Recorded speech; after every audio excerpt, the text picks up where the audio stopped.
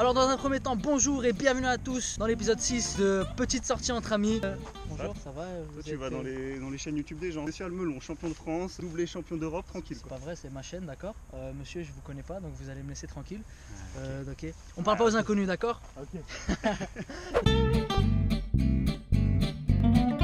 Bon, alors dans un premier temps, bonjour et bienvenue à tous dans l'épisode numéro 6 de Petite sortie entre amis. Alors aujourd'hui, on va faire du demi-fond et on va retrouver Mohamed Amin El Bouajaji. Enchanté, moi c'est El Bouajaji Mohamed Amin, alias El Wakanda. J'ai 19 ans, demi-fondeur français, je joue dans le club de Strasbourg, je viens de Strasbourg. Donc voilà, 7 sélections en équipe de France, 4 médailles internationales, dont 2 titres de champion d'Europe de cross par équipe, finaliste aux Jeux Olympiques de la jeunesse et aussi champion de France de cross court senior. Gros palmarès. C'est petit encore, on vise beaucoup plus. Ah ouais. Qu'est-ce qu'on va faire aujourd'hui? Est-ce qu'on va avoir mal? Tu vas mourir, tu pourras pas faire de montage et tout. Ah là là. Non, aujourd'hui c'est 5 fois 1000, récup 2 minutes 30, la chance on a reprise. Tu vas les faire en combien à peu près? Je dirais du 2,45 de moyenne. Ouais, moi aussi, 2,40. 2,40 tu dis? Moi je vais être en 2,40, toi tu vas être un petit peu derrière, normal. Mais oui, c'est normal, c'est normal. En plus t'as la grippe en ce moment. Je vais être en 3,30, tonton.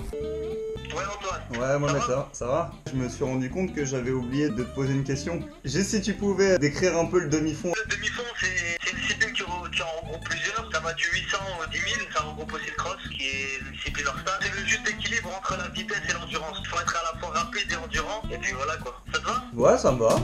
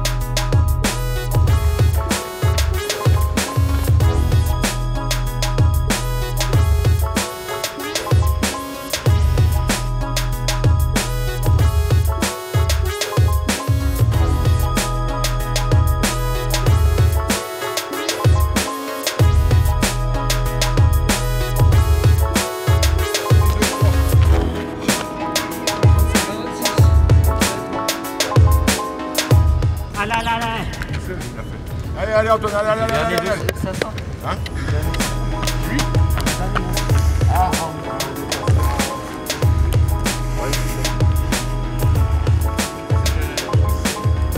Ouais, t'es français. je suis sec comme un loup mon gars. Laisse tomber quoi. Bon ça va, Mohamed Amin, ça a été la séance? El Wakanda, tu dois m'appeler Mohamed Amin, c'est le passé Mohamed Amin. Écoute, ça va. Ça va. Lourd, super séance, super beau temps, enfin. Ça c'est un vrai temps pour s'entraîner, parce qu'on a eu un hiver froid à Strasbourg. On peut faire une interview sans secret. Sans secret. Franchement, maintenant tu peux l'admettre, tu peux faire partie de votre groupe ou pas? Ah tu peux. Yes. Nouveau Wakandon, Promotion. il a fait une grosse séance. Ça va, moi j'étais dans mes temps classiques, tu vois, j'étais en 3,30. Le plus dur c'est de se faire mal. Là j'ai eu mal. J'ai eu mal visuellement de vous voir loin, tu vois. Ça c'est un compliment, ça fait plaisir. Ça fait quoi à toi d'être considéré comme l'avenir sportif de la France? Tu vas fort là. C'est quoi? C'est quelque chose que je prends comme ça parce qu'en soi c'est un objectif d'être le futur numéro 1. J'ai pas peur de le dire parce que si tu crois pas déjà en toi-même, si t'es pas sûr de toi, ça sert à rien de te fixer des objectifs dans le ventre. Je suis prêt à relever le défi. T'as la confiance en toi à 200%. Confiance en moi, 400, 500, 600. À fond, bien. à moi, à mon coach, en tout mon staff, à mon équipe.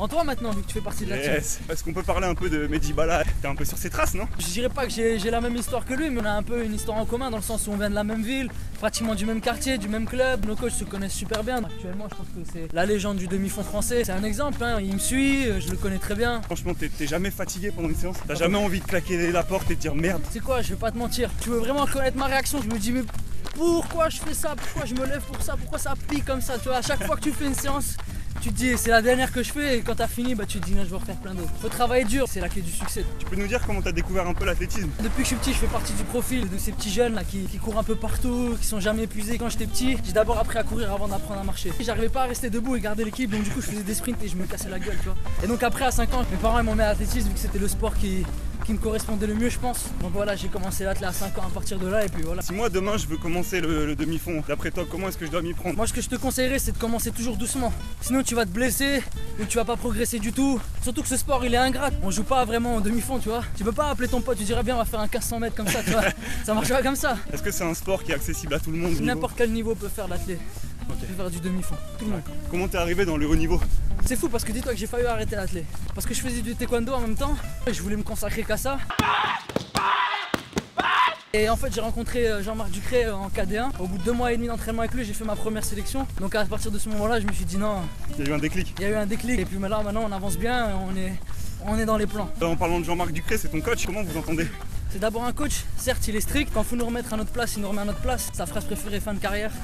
Quand il te dit ça, c'est que t'as fait quelque chose de pas bon. Et puis en même temps, c'est quelqu'un de très sociable, c'est quelqu'un avec qui tu peux parler. C'est pas, tu sais, il y a 2 types d'entraîneurs. Il y a les entraîneurs qui marchent au relationnel, et il y a ceux qui marchent à la, ouais, tu fais l'entraînement, je te connais pas, tu fais tes séances, tu vois. Et Jean-Marc, ce qui est bien que lui, c'est qu'il marche au relationnel. Il t'apprend l'entraînement, tu sais, que moi, quand je fais une séance, je sais pourquoi je la fais, qu'est-ce qu'elle va m'apporter pour après, tu vois. Ce que j'aime bien chez lui, c'est qu'il a ces 2 côtés-là. Il a le côté strict et le côté assez cool, tu vois. C'est cool. Si un jour, admettons, tu deviens champion olympique, t'as pas peur de prendre le melon? Je le prendrai pas. Je suis pas comme ça de nature, j'ai pas été éduqué comme ça. Si ça m'arrive, mon entourage va me calmer direct. Donc, 2 tartes dans la gueule. Ouais, même pas. Jean-Marc, un petit fin de carrière, c'est bon, ça me remettra en place. Ouais, ou même 2 tartes dans la gueule, hein, bien sûr. Mais je pense pas que ça m'arrivera, j'espère pas. Faut pas parler trop vite parce qu'on sait pas de quoi est fait le futur, tu vois. Tu vas pouvoir vivre de l'athlétisme? Bientôt. Je te dis juste ça, bientôt. Bientôt. T'as des sources d'inspiration? Dans l'athlétisme, certes, il y a des personnes qui sont très fortes. J'ai pas vraiment d'exemple dans l'athlétisme si ce n'est Mehdi Bala. Mais moi, c'est plus dans d'autres sports, tu vois. Roger Federer et Cristiano Ronaldo. Ah yes. Ça, c'est mes 2. C'est ta base. C'est pas des personnes qui ont marqué le sport que par leur palmarès, tu vois. D'accord, tu ferais comme eux si tu pouvais. J'essaierai de faire mieux qu'eux. Faut toujours essayer de faire mieux. C'est une phrase de vainqueur, ça. Ça, faut toujours viser loin. Tu sais, il y a des gens, quand tu dis ce que tu as envie de faire, ils peuvent te prendre pour quelqu'un de prétentieux alors que tu es juste ambitieux, tu vois. Ça sert à rien, sinon tu resteras un 2e toute ta vie. Façon de parler, tu vois. Faut toujours viser le sommet. Pour faire un podium olympique, il faut viser la première place de toute façon. Si tu vises le podium, tu feras 5e, 6e. C'est toujours comme ça. Faut toujours partir dans cette optique de vainqueur, sinon ça sert à rien. En tout cas, quand tu fais du haut niveau.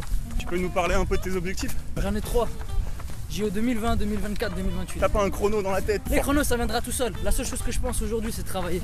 Travailler dur, m'entraîner dur. Les chronos, ça vient tout seul. Tu sais, des fois, tu peux te préparer un chrono et t'as pas la course, t'as pas la météo, tu sais. Si t'es amené à être blessé à ce moment-là, il faut pas que tu t'effondres. Non, jamais. De toute façon, mon coach, il m'a appris à perdre. C'est l'erreur que font beaucoup de personnes, ils apprennent pas à perdre. Mais moi, mon coach, il m'a préparé à perdre, il m'a préparé à me relever. Donc, quoi qu'il arrive, je suis prêt à ce genre de situation. Attitude de vainqueur. Attitude de vainqueur, jusqu'au bout. Wakanda. Attitude Wakanda. Ah tiens, tu peux nous en parler un peu d'ailleurs de ce Wakanda là? C'est secret ou pas?